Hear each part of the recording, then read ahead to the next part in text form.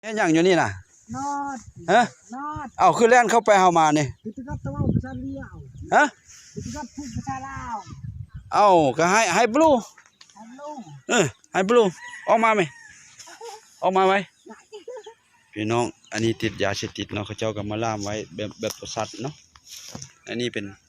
โซ่เนาะล่ามไว้แบบคือกับตัวสัตว์นี่เวลาเฮามาเนี่ยเราก็รู้สึกอายเนาะแล้วก็แก้เครื่องอยู่แล้วก็แล่นเข้าไปบ่เอาบ่เงินนี่น่ะบ่เอาเอ้ยฮะบ่เอา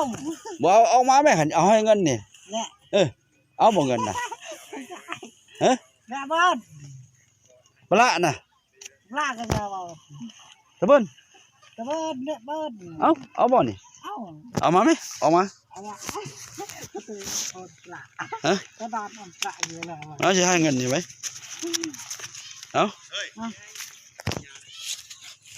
เอานี่เงินน่ะเอาเบาบ่เบาย่าเด้เบาย่าเด้เบาบ่งาบด